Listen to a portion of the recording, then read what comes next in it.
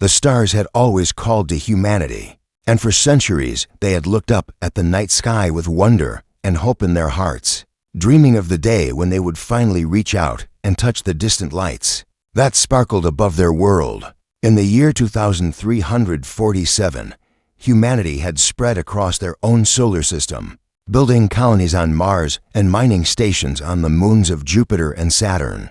But they had not yet ventured beyond, choosing instead to develop their world and their technology in peace and harmony with one another. Ambassador Chen Wei stood at the center of the United Earth Council chamber, her silver hair pulled back in a tight bun and her dark eyes reflecting the holographic display that floated before her, showing the edge of their solar system where something terrible had appeared just 3 days ago. "Council members," she began, her voice steady despite the fear that gripped her heart. "The Valkyrie Dominion has sent their response to our message of peace, and I must read it to you now so that we may decide our course of action together. As one united species." The chamber fell silent as hundreds of representatives from every nation on Earth leaned forward in their seats, their faces pale with anticipation and dread. Chen activated the translation system, and the alien words filled the room. Harsh and cold like the void of space itself, primitive species of the third planet, your request for peaceful relations has been received and rejected without consideration. For you have nothing to offer the Valkyrie Dominion except your labor and your obedience, and we demand both without condition or negotiation. Murmurs of shock and anger rippled through the assembled leaders, but Chen raised her hand for silence and continued reading the message that would change everything. "You will surrender your world and your people within 10 standard rotations of your planet, and your population will be divided among the noble houses of our empire to serve as workers and servants for the rest of your short lives, and any resistance will be met with the complete destruction of your cities and the death of billions. So choose wisely and submit to the inevitable." The message ended and the chamber erupted in chaos, with leaders shouting and demanding action, some calling for immediate surrender while others screamed for war against the alien invaders who dared to threaten their world. Chen waited for the noise to die down before she spoke again, her voice cutting through the panic like a blade through silk. "We have known about the Valkyrie for 50 years now, ever since our deep space telescopes first detected their empire, spanning across 400 star systems. And in that time, we have prepared for this very moment." She looked around the room at the faces of humanity's leaders, seeing fear and determination in equal measure. "Our military commanders have asked me to present a proposal to this council, a final message to be sent to the Valkyrie fleet that approaches our home. Not a plea for mercy, but a warning of what will happen if they do not turn back." General Yuki Tanaka stepped forward from the shadows at the edge of the chamber, her uniform crisp and her expression unreadable as she addressed the council with words that carried the weight of humanity's survival. "For decades we have built weapons in secret, hidden beneath our mountains and our moons, weapons so powerful that we prayed we would never need to use them against anyone. But now that prayer has gone unanswered and we must decide if we are willing to fight for our right to exist." The council voted, and when the results appeared on the display, Chen felt tears forming in her eyes, for humanity had spoken with one voice, and that voice said they would not surrender, they would not submit, and they would not go quietly into the darkness. She composed the message herself, choosing each word with care and precision, knowing that these might be the last words humanity ever spoke to another species. "To the commanders of the Valkyrie Armada, we have received your demands and we reject them completely. For we are not slaves and we will never bow to those who threaten our children and our future." She paused and took a deep breath before continuing. "We have buried our weapons deep beneath our world, weapons we hoped never to use, weapons we built in the desperate hope that their mere existence would be enough to protect us from those who would do us harm. But now you force our hand, and we must warn you of what awaits if you continue on your current course." The final lines of the message were simple and direct. "Turn back now and leave our system in peace, and we will forget this encounter ever happened. But if you ignore this warning and continue your advance, you will face consequences beyond anything you can imagine, and there will be no second chance and no mercy for those who threaten Earth." The message was transmitted across the void of space, traveling at the speed of light toward the massive fleet that hung at the edge of their solar system, like a swarm of hungry predators waiting to devour their prey. Aboard the flagship of the Valkyrie Armada, a vessel called the Eternal Supremacy that stretched for nearly 5 kilometers and bristled with weapons capable of destroying entire cities, High Admiral Toroth sat upon his command throne and watched the human transmission. With growing amusement, his body was massive and covered in thick scales of deep purple, with forearms that ended in clawed hands and eyes that glowed with a sickly yellow light. And when he laughed at the human message, the sound echoed through his bridge like thunder rolling across a stormy sky. These creatures are even more foolish than our intelligence reports suggested, he rumbled to his officers, his voice deep and filled with contempt, for they have no fleet, no shields, no weapons that our sensors can detect, and yet they dare to threaten the might of the Valkyrie Dominion with their empty words. He deleted the message with a casual wave of one clawed hand, not bothering to send a reply to the pathetic creatures, who would soon learn the true meaning of suffering. All ships, continue on course, he commanded, his eyes fixed on the blue dot in the distance that would soon belong to his empire, and prepare for planetary bombardment, for I want the humans to see their cities burn before they beg for the mercy they will never receive. The Armada moved forward, 2,400 warships advancing like a wave of death toward a world that had dared to stand against them. And on Earth, humanity watched and waited, their hands hovering over weapons the Valkyrie could not imagine, weapons that would soon teach the galaxy a lesson it would never forget. High Admiral Toroth stood on the observation deck of his flagship and gazed out at the fleet, under his command, feeling a surge of pride that filled his massive chest as he counted the ships that stretched across the void of space like an endless sea of metal and fire. 2,400 warships moved in perfect formation, the largest invasion force the Valkyrie Dominion had assembled in over 300 years, and every single one of them was under his direct command, a testament to his power and his importance to the Empire. His second-in-command, a younger officer named Korath, who had earned his position through family connections, rather than skill, approached with a tablet displaying the latest intelligence reports on their target. High Admiral, our scouts have completed their final survey of the human system, and I must say the results are quite amusing, Korath said with a cruel smile stretching across his scaled face. For these creatures have nothing that could possibly threaten our forces. Toroth took the tablet and scrolled through the information, his yellow eyes scanning the data with growing contempt for the species that had dared to defy the might of his empire. The humans had no interstellar fleet, only small transport ships designed for moving cargo between their inner planets, and their pathetic little colonies on the moons of their gas giants. They had no planetary shields visible to Valkyrie sensors, no orbital defense platforms, and no weapons systems that could reach beyond their own atmosphere in any meaningful way. They have nuclear weapons, Korath continued with a dismissive wave of his clawed hand.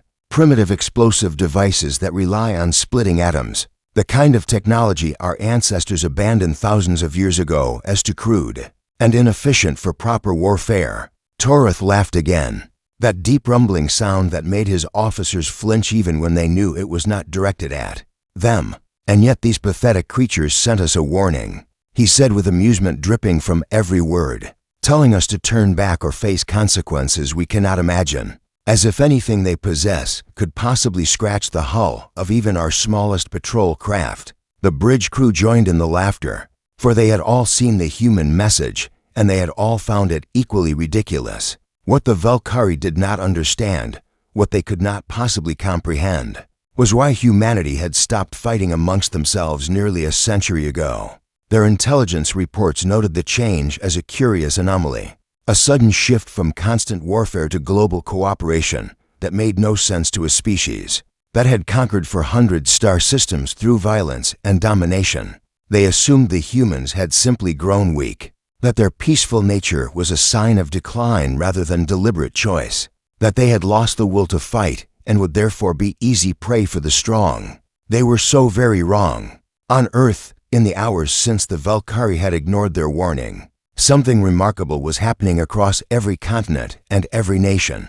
Massive structures that had been built decades ago, Structures that the population had been told were power plants and research facilities began to hum with energy that made the very air vibrate with hidden potential.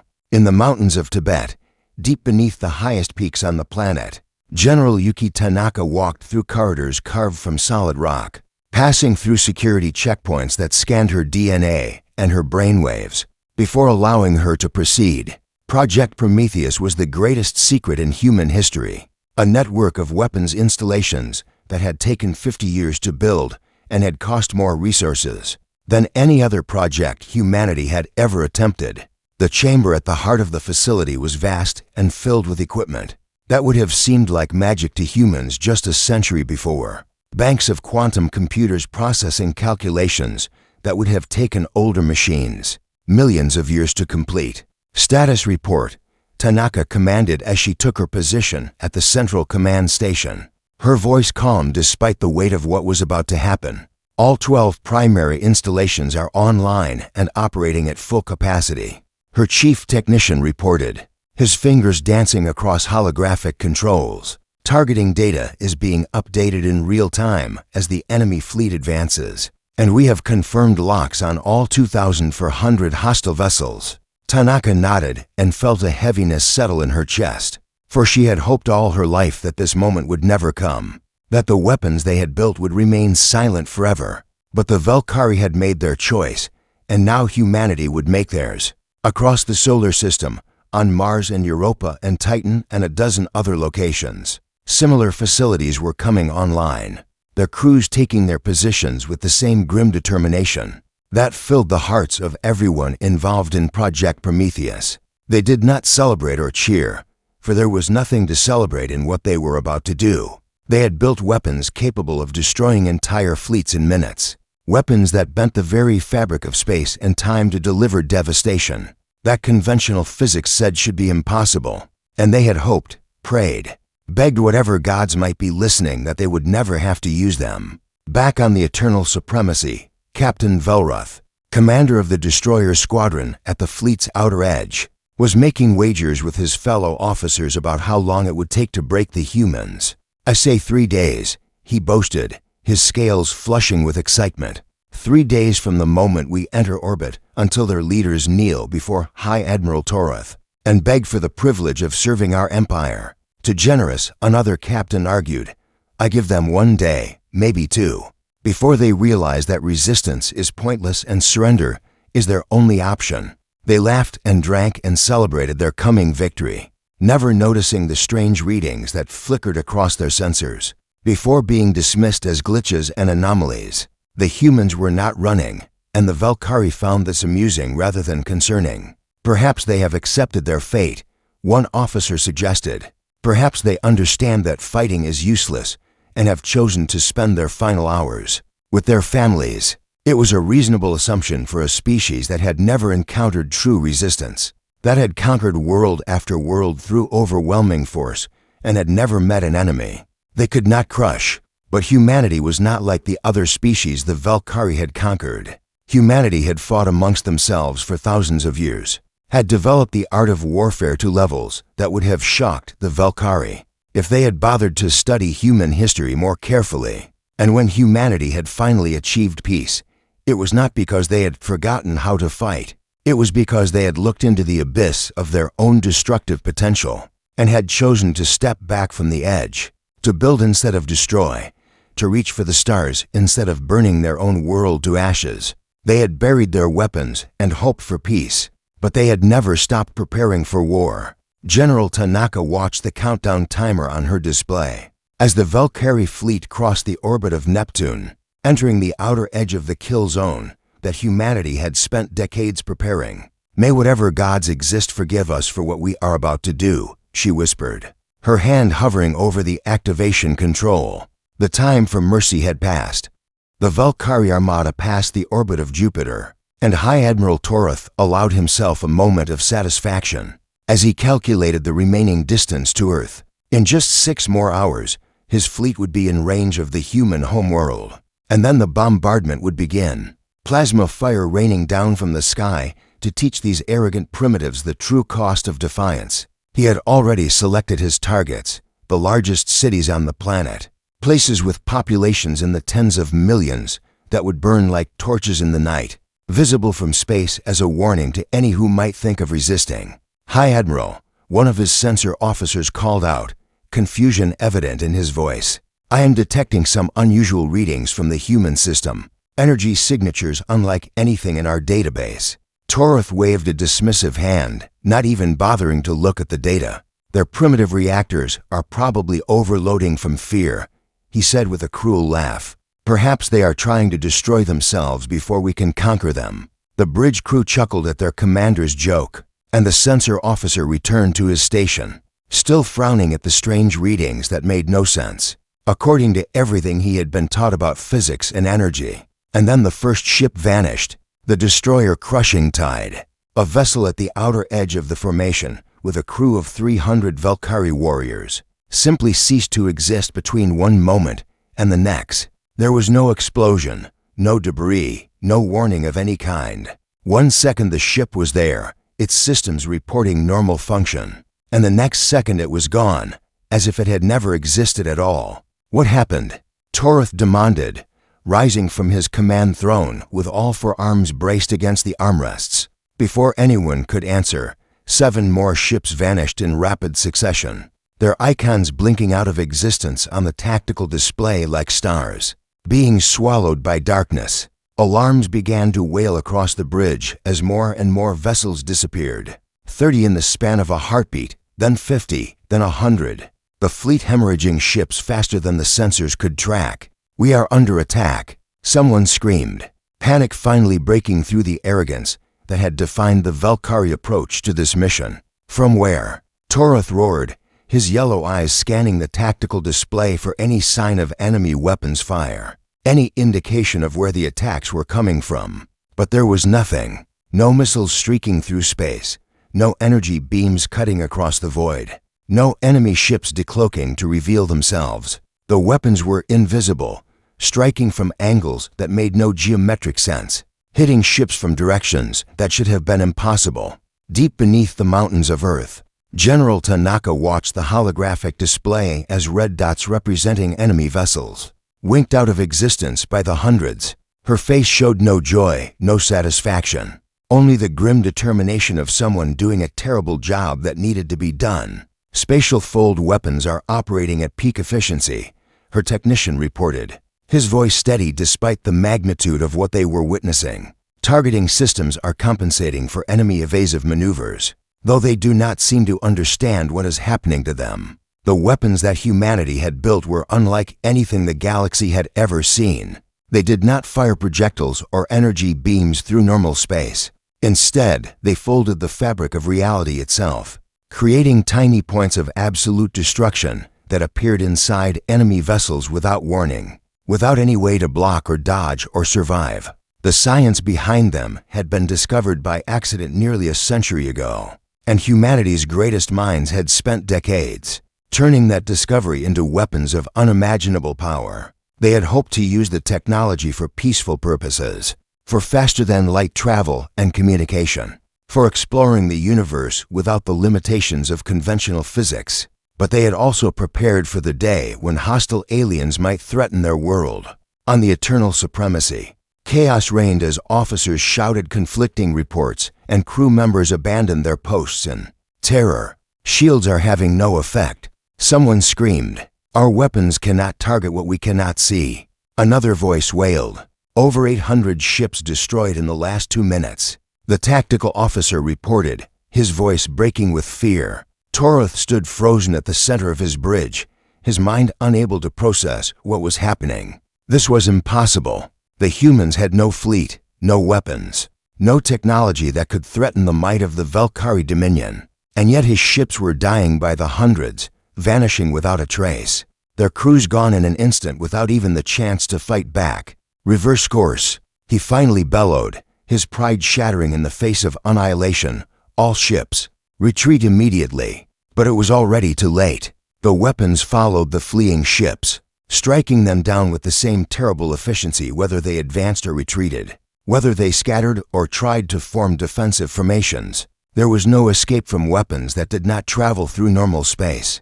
that simply appeared wherever they were needed, that struck with perfect accuracy at targets that had no way to see them coming. On Europa, one of Jupiter's moons, Commander Sarah Mitchell watched her own tactical display and felt tears streaming down her cheeks.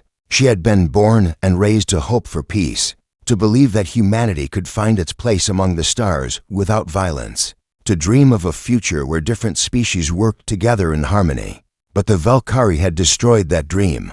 They had come with threats and demands, with promises of slavery and death, and they had ignored humanity's last plea for a peaceful resolution. Now they were paying the price for their arrogance. "Commander," one of her officers said quietly, "enemy fleet is down to less than 400 ships and still falling." Mitchell nodded but could not bring herself to speak. She thought of all the lives being extinguished with each activation of the spatial fold weapons. Alien lives but lives nonetheless, beings with families and hopes and fears just like her own. War was always a tragedy, even when it was necessary, even when there was no other choice. Back on the Eternal Supremacy, Toroth watched his fleet die and finally understood the terrible truth that his arrogance had hidden from him. The humans had not been bluffing. Their warning had not been an empty threat from a primitive species, with nothing to back up their words. They had been offering mercy, a chance for the Valkyrie to turn back and survive, a final opportunity to choose peace over annihilation. And he had laughed at them. He had deleted their message without reply. He had led his fleet to its destruction because he could not imagine that creatures so small and weak could possibly threaten the might of his empire. The last thing High Admiral Toroth saw before his ship dissolved around him was the distant blue light of Earth, peaceful and beautiful, hiding weapons that had wiped out the greatest armada in Valkyrie history in less than 4 hours. The bridge of the Eternal Supremacy shook violently as another vessel in the formation vanished, the spatial distortion from its destruction sending waves of energy rippling through nearby space. High Admiral Toroth gripped his command throne with all four clawed hands, his yellow eyes wide with a terror he had never felt before in his long career of conquest and domination. Of his mighty armada of 2,400 warships, fewer than 300 remained, and that number was falling with every passing second. As the invisible weapons continued their merciless work, "Communications," he bellowed, his voice cracking with desperation, "send a message to the humans. Tell them we surrender. Tell them we will leave their system and never return." His communications officer scrambled to comply, his scaled fingers trembling as he worked the controls. "Message sent, High Admiral, but I do not know if they will respond or if they will even care." Toroth knew in his heart that it was already too late. He had been given a chance to turn back, a warning from creatures he had dismissed as primitive and weak, and he had laughed at them and deleted their message without a second thought. Now his fleet was dying, and there was nothing he could do to stop it. Around him, officers who had spent their careers believing in the invincibility of the Valkyrie Dominion were weeping and praying to gods they had not believed in since childhood. Some had abandoned their posts entirely, running through the corridors of the flagship in a panic that served no purpose, but gave them the illusion of doing something, anything, other than waiting to die. On Earth, General Tanaka received the Valkyrie surrender transmission and felt a moment of hope in her chest. "Hold fire," she commanded, her voice carrying across the command center with the authority of someone who had prepared for this moment all her life. The weapons fell silent, and for a brief moment the dying stopped, the remaining Valkyrie ships floating in space like survivors of a great storm. Ambassador Chen Wei appeared on Tanaka's communication screen, her face pale but her voice steady. "General, the Council has authorized me to accept their surrender, but only on our terms. Only if they agree to leave immediately and never threaten our world again." Tanaka nodded and relayed the message to the surviving Valkyrie ships. "Attention Valkyrie fleet. We accept your surrender on the following conditions. You will leave our solar system immediately. You will never return with hostile intent. And you will inform your empire that Earth is not to be threatened or attacked. Do you understand and accept these terms?" For a long moment there was silence. Then Toroth's voice came through the speakers, broken and defeated. "We understand and we accept. We will leave now and we will never return. Please just let us go." There was no pride left in his voice, no arrogance. No contempt for the species he had dismissed as primitives. There was only the desperate plea of someone who had stared into the abyss and seen his own destruction reflected back at him. The surviving ships began to turn, their engines powering up for the long journey back to Velkari space. But as they moved, one captain, a young officer named Velruth, who had wagered that humans would surrender in 3 days, felt a surge of anger that overwhelmed his fear. "This is not over," he snarled to his bridge crew. "These humans have humiliated us, destroyed our fleet, killed thousands of our warriors, and we are just going to run away like cowards?" His weapons officer looked at him with wide, terrified eyes. "Captain, you heard the High Admiral. We are to retreat. We cannot fight weapons we cannot see or understand." But Velruth was beyond reason, his wounded pride demanding satisfaction that logic could not provide. He activated his ship's main cannon and fired at Earth, a massive plasma bolt streaking across the void toward the blue planet. That had destroyed his friends and shattered his belief in Velkari's supremacy. The shot never reached its target. General Tanaka saw the weapons fire on her display and made a decision in less than a second. "Take them out," she commanded, her voice cold as ice. "Take them all out now." The spatial fold weapons activated once more, and this time they did not stop until every single Velkari ship was gone. Velruth had time to see his plasma bolt disappear, swallowed by some kind of defensive field that materialized from nowhere. Before his own ship dissolved around him and everything went dark, the remaining vessels, including the Eternal Supremacy with High Admiral Toroth still alive on board, vanished in a cascade of destruction that took less than 30 seconds. When it was over, there was nothing left but debris, twisted metal and scattered particles floating in the void between Mars and Jupiter. General Tanaka stared at the display showing the complete destruction of the Velkari Armada and felt something break inside her heart. She had given them a chance. They had surrendered, and she had accepted, ready to let them go in peace, ready to show the galaxy that humanity could be merciful as well as strong. But one foolish officer had ruined everything, had fired at Earth in a moment of wounded pride, and she had been forced to respond with the only language the Velkari seemed to understand. It did not have to end this way, she whispered to herself, her voice so quiet that no one else could hear.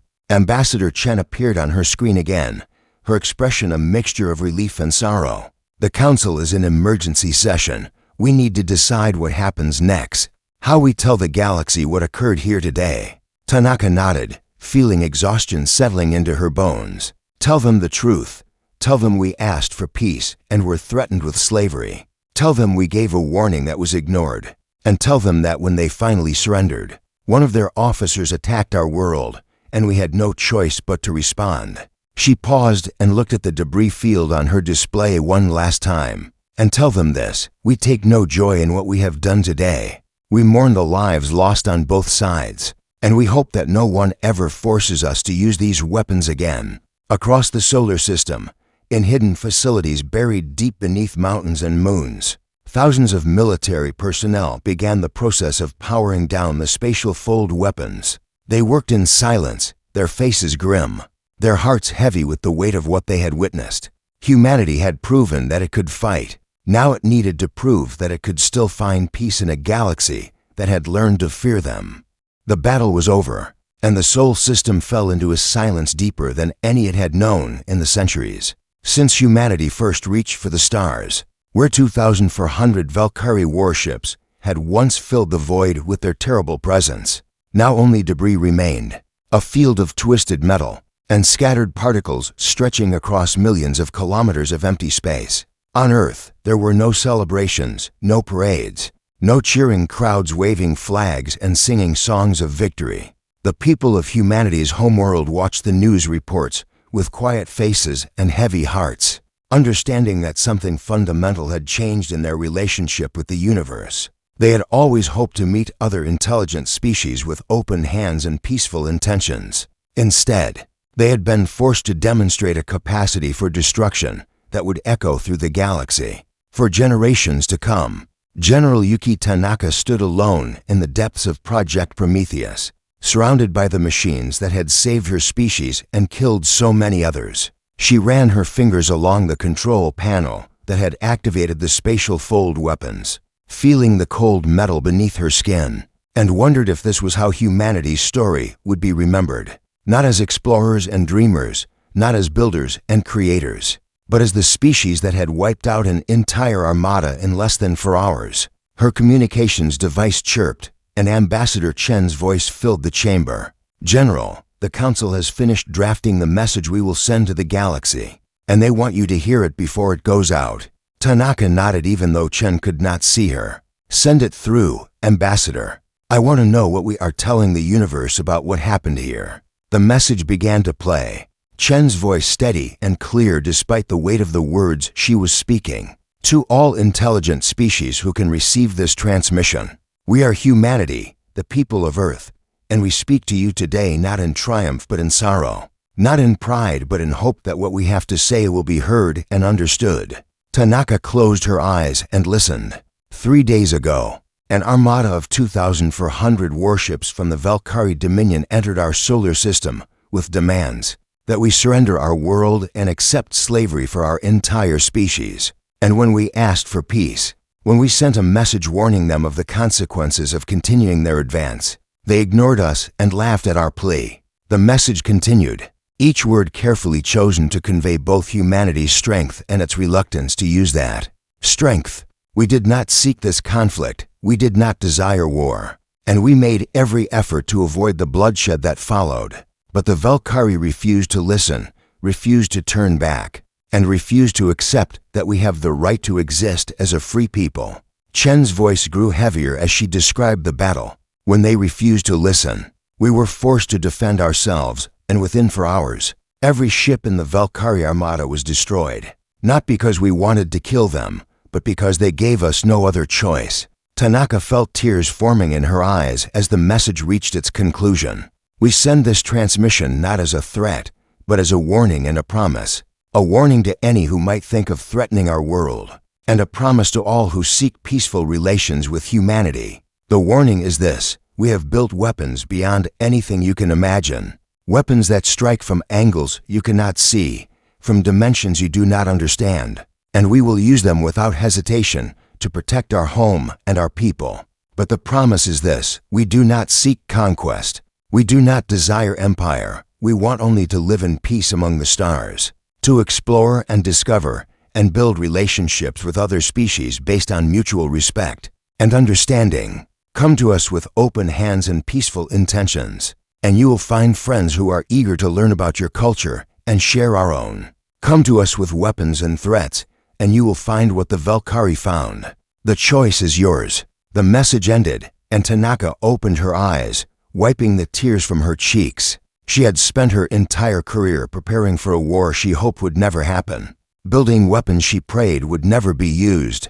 Now that war had come and gone, lasting less than a day, and she was left to wonder what kind of future humanity would find in a galaxy that knew what they were capable of. In the months that followed, the answer began to reveal itself. 17 different species sent diplomatic envoys to Earth, not to threaten or demand, but to talk and learn and understand. They came with questions about human history and culture, about the path that had led such a young species to develop such terrifying weapons. And they came with offers of friendship, trade agreements, and cultural exchanges that would have seemed like impossible dreams just a year before. Ambassador Chen met with each delegation personally, welcoming them to Earth with the same warmth and openness she had offered to the Valkyrie before they had rejected her plea for peace. "We are what we choose to be," she told a delegation from a species called the Harmonious Collective, beings of pure energy who had watched the battle with a mixture of horror and fascination. "We could have used our weapons to conquer, to dominate, to build an empire that would stretch across the stars, but we chose instead to keep them hidden, to hope that they would never be needed." The energy beings pulsed with colors that Chen's translator interpreted as understanding and respect. "We have observed many young species," their leader communicated, "and most who develop such power use it to destroy and control, but you chose differently. And that choice says more about your species than any weapon ever could." On the anniversary of the battle, humanity held a day of remembrance, not celebration. Around the world, people gathered to honor the lives lost on both sides, to remember that even enemies have families who mourn them, and to recommit themselves to the ideals of peace and cooperation that had defined their species since they had stopped fighting amongst themselves. General Tanaka stood before a memorial built in the shadow of the Himalayas, looking at the names of the soldiers who had operated the spatial fold weapons and were now struggling with the weight of what they had done. "We proved we could fight," she said to the crowd gathered before her. But that was never the question. The question was always whether we could build something better than war, whether we could create a future worth fighting for. She looked up at the sky, at the stars that now seemed closer than ever before. "Let the galaxy remember what we can do when we are threatened, but let them also see what we can become when we are given the chance to live in peace." Deep beneath the mountains and moons of the solar system, the weapons still waited, sleeping giants that humanity hoped would never wake again. But they were ready, always ready, because the people of Earth had learned that peace was precious and had to be protected. They had sent their message to the stars, and the stars had finally listened. Now it was time to discover what kind of universe they would build together.